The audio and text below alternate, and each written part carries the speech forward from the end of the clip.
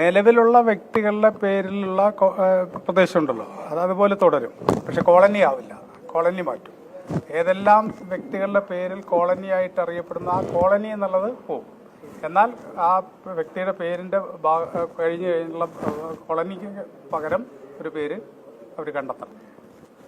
ഇനി പുതിയതായിട്ട് വ്യക്തികളുടെ പേര് കൂടുതൽ ഇടുന്നത് നല്ലതാണെന്ന് തോന്നുന്നില്ല. ചിലപ്പോൾ അവിടെ ചില പ്രശ്നങ്ങളൊക്കെ ഉണ്ടാകുന്നുണ്ട് ചില സ്ഥലത്ത്. അപ്പോൾ അത് പ്രശ്നമാകും. അതുകൊണ്ടാണ് പരമാവധി വ്യക്തികളുടെ പേര് പകരം മറ്റു പേരുകളുണ്ട്. അപ്പോൾ ഉദാഹരണത്തിന് ഇപ്പോൾ നമ്മുടെ ആദിവാസി മേഖലയിൽ വയനാട്ടിൽ ഒരു സ്ഥലത്ത് ചെന്ന് കഴിഞ്ഞപ്പോൾ അവിടെ വലിയ ഒരു ഉദ്ഘാടന പരിപാടിയായിരുന്നു. അപ്പോൾ അവർ പറഞ്ഞു, അവർ തന്നെ തീരുമാനിച്ചു ഉന്നതി ഗ്രാമം എന്നാക്കി, അടുത്തൊരു സ്ഥലത്ത് പ്രകൃതി ഗ്രാമം എന്നാക്കി, ഒരു സ്ഥലത്ത് ഐശ്വര്യ ഗ്രാമം എന്നാക്കി.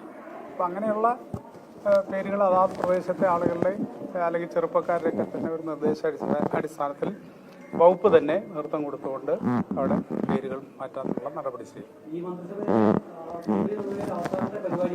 അവസാന പരിപാടി പിന്നല്ലാതെ ഒരുവിധം നമ്മളെ കൊണ്ട് കഴിയുന്ന മനുഷ്യസാധ്യമായതെല്ലാം ഈ 3 വർഷക്കാലം കൊണ്ട് ഈ ഡിപ്പാർട്ട്മെന്റ് വേണ്ടി ഈ പാവങ്ങൾക്ക് വേണ്ടി ചെയ്തിട്ടുണ്ട് എന്നുള്ള വിശ്വാസമാണ്. എല്ലാം അവസാനിക്കില്ലല്ലോ, ഒരു കാര്യത്തിന് വേണ്ടിയല്ലോ. മനുഷ്യന്റെ ആവശ്യങ്ങൾ മുഴുവൻ പരിഹരിക്കുക എന്നുള്ളത് അസാധ്യമായിട്ടുള്ള കാര്യമാണ്. ഓരോ മനുഷ്യൻ്റെയും ആവശ്യങ്ങൾ ഇങ്ങനെ ഓരോന്ന് കഴിയുമ്പോൾ അടുത്ത ആവശ്യവും അല്ലേ. നമ്മുടെ നേരത്തെ മീഡിയയുടെ സൗകര്യങ്ങൾ വളരെ പരിമിതമല്ലേ, പിന്നെ ആധുനിക സംവിധാനങ്ങളെല്ലാം വന്നു. അതുപോലെ തന്നെ മനുഷ്യൻ്റെയും ആഗ്രഹങ്ങൾ പെട്ടെന്ന് തീരുന്നതല്ല. മനുഷ്യനുള്ളോടത്തോളം കാലം പുതിയ പുതിയ ആഗ്രഹങ്ങൾ ഉണ്ടാവും അല്ലേ.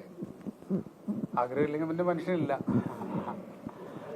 എല്ലാ ആവശ്യങ്ങളും നിറവേറ്റി ഇനി ഒന്നുമില്ല ഫുൾ സ്റ്റോപ്പ് ഇട്ടിട്ട് പോകാൻ നമുക്ക് കഴിയില്ല.